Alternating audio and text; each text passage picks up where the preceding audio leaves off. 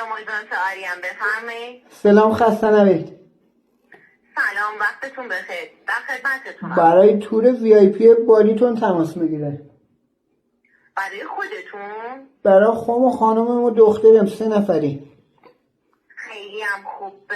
برای شما عرض کنم مبلغ این تور ما هست $2600 به اضافه یه هزینه پروازتون 10 شب اقامت در بهترین هتل 5 ستاره به همراه صبحانه. بعد پروازش چی نه؟ پروازمون امارت جناب حدود 120 میلیون هزینه پروازتونه. بعد اکونومی یا بیزینسی؟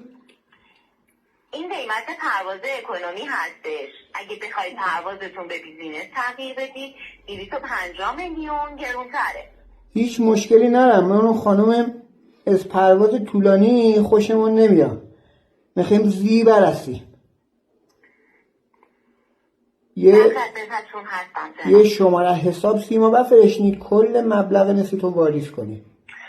چشم، من همین الان واسهتون میفرستم. وقتتون بخیر. خدا نگهدار. خدا نگهدار.